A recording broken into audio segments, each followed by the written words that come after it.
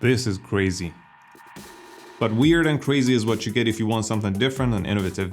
If you just told me that you'd never buy a foldable phone because you think they're massive and impractical, I wouldn't be surprised, and I might change your mind by the end of this video. So this gray green is a brilliant color. It just reminds me of the time I wanted to get a Galaxy S22 Ultra, and I like both green and graphite, which was more of a gray. So I ran a poll and most of you guys said graphite, and that's what I got.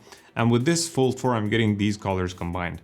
What I liked about it is that it doesn't smudge that easily unless my fingers are really oily or sweaty. So that's a plus for me. And if I may give you a 30-second feature highlights that you should know, the Fold 4 is shipped with Snapdragon 8 Plus Gen 1, which is a super performant and efficient processor, 12GB of RAM and up to 1TB of storage with no micro SD card slot. It also has a 50-megapixel wide-angle camera on the back, plus a 12-megapixel ultra-wide and a 10-megapixel telephoto lens with 3x optical zoom. The main cover camera or the selfie camera is 10 megapixel and another camera under the main display. And as much as it's really cool to see, the resolution is not the best at 4 megapixels. Now, the under display camera is clearly visible, but at the same time, it depends on the lighting and the color contrast of the content that you're looking at. For example, when I'm playing League of Legends, I can barely see it. And if you're like how I used to think and you're worried that it can be annoying, I can almost guarantee you that a real camera cutout is much more annoying to see. And in terms of the size of this phablet, yes, this is a true phablet, even more so than the original phablet. Like most people who've never had a phone like this, I thought this is way impractical and big to carry around, but to my surprise, the thickness wasn't as much of an issue as I thought it would be. Rather, it's the overall size of it that's more important when it comes to portability of a phone like this. And carrying this when folded in my pocket or in my hand is easier than my Galaxy S22 Ultra. But what about the crease? How annoying is that? So again, based on all the things I heard, I never thought I'd like a phone with a big crease in the middle, but honestly, once you have it for a while, you just get used to it. And I obviously still don't want to see any crease, and when I drag something from one side of the screen to the other, I can definitely feel a dent, but it's just not such a deal breaker anymore. So what I'm saying is that the crease is probably only annoying the most to those who haven't had the phone yet. Now, I have to admit, this phone is naturally more fragile than a regular shaped and sized phone, and that's because instead of one screen, you're dealing with two and a folding mechanism with a hinge.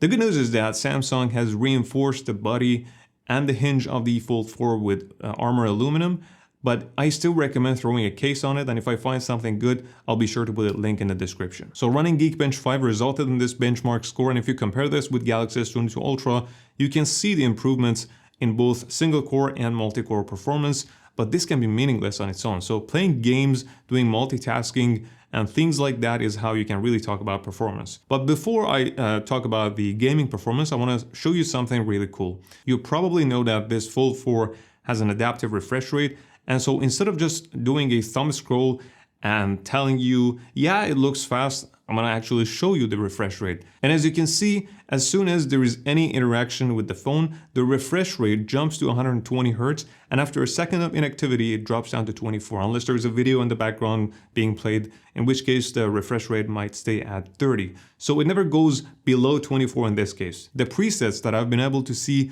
for myself with this phone are 24, 30, 60, 96 and 120 Hz. What was surprising to see is the 60 Hz refresh rate when the phone is locked and you just tap the screen to check the time. So even though not much is happening, we have a 60 Hz refresh rate, which I didn't expect to see, because how come the home screen when inactive has a refresh rate of 24 Hz, but this one has 60 Hz, which clearly has less things going on. And by the way, these values are exactly the same for the cover display and the main display.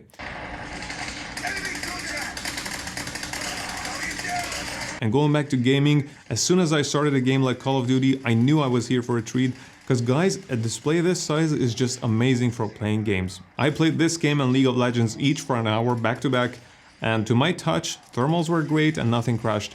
And when playing Call of Duty, which by the way I played at maximum settings that was allowed, the refresh rate went as high as 60 Hz while it stayed at 120 Hz when playing League of Legends. So that was very interesting, and I customized the graphic settings of League of Legends.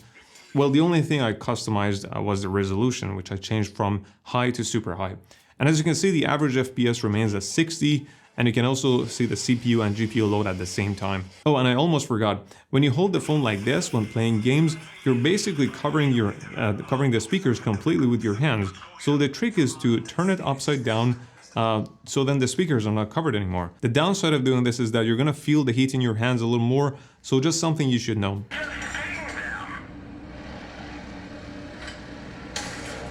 And the speakers are also really loud, with minimal distortion at the highest level, and of course this phone has 2 speakers, unlike your traditional phone, so when watching content this makes it more immersive. So with the under-display camera you can record yourself in full HD, up to 60 frames per second. It's kind of limiting, and if you switch to the main selfie camera or the cover selfie camera, which I can do now, the beauty of this phone is that you can actually record yourself with the 8K camera, main camera, in the selfie mode. So I'll be sure to put a sample 8K recording at the end of this video. And of course you can still record videos or make video calls with the under display camera by folding the phone to a 40-45 degree angle and then using it in the form of a mini laptop. So just lots of different possibilities, and that's why I like this phone, because it's so versatile. Now this phone supports the S Pen, but does it support all S Pens? Let's find out. I took out my Galaxy S22 Ultra's included S Pen, and as soon as I tried to use it, there was a prompt that I can only use an S Pen designed for Galaxy Fold. So that was a bummer. Imagine how amazing it would be if I could use this S Pen, then I didn't have to buy a separate one. But what if I tried to use the S Pen from Galaxy Tab S8 Ultra? Nope, not like there either.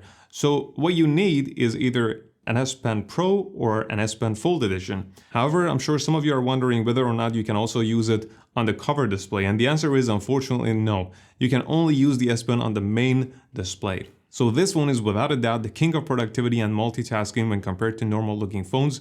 Not only do you get the edge panel that you see on other Galaxy phones, but also a separate taskbar, just like the one your computer has, that makes switching between different apps so much easier. You can even have access to all your apps from here and be able to see your recent opened apps. So you pretty much never need to go back to the home screen, then to the apps menu to find out what you're looking for. So you can have not 1, not 2, but 3 apps open at the same time, and you can even have another floating app on top of these, so 4 apps open at the same time. I don't know who can do multitasking in that crazy way, but it's possible. What about Samsung Dex? I'm sure some of you are wondering if it's possible to use the Dex Mode directly on the phone without an external display. After all, this is almost the size of a tablet when unfolded. So unfortunately you can't, but all these multitasking capabilities really compensate for the lack of Dex Mode on this phone. You can of course use an external display to use Samsung Dex. And look, you can even turn your phone into a super functional mini computer by connecting a Bluetooth and keyboard mouse to it. It couldn't get any better than this. And if for some reason the phone's locked and you quickly want to unlock it, you can just use the fingerprint sensor, which is by the way located on the power button. So at first I was like, why do we not have an ultrasonic fingerprint? But then I realized, where would they put it then? On the cover display, or left side of the main display, or the right side? So it wouldn't work. So I've been following some of the conversations online about this phone, and some people say that they wish the cover screen was wider, and they want to hold off until Galaxy Fold 5 comes out with possibly having a wider screen and an included S Pen. But in my opinion, if you need or want something now, why wait? And to be honest, the cover screen is not that narrow. But what if you have an S22 Ultra? Should you trade in that phone? Well, I think if you want to buy this phone because of its cameras, then just stick to the flagship phone that you already have. But if you want to experience something different, or you want to bump up your productivity on your phone, then this could be an excellent choice. And to give you a little sneak peek of what's next, a lot of you have been asking me how the Galaxy Buds Pro, which I'm wearing right now, compared to the Galaxy Buds 2 Pro, the new ones. So I'm doing a comparison video, and once it's ready, I'll put it up here so you can watch. So subscribe. But in the meantime, you might also like to watch this video.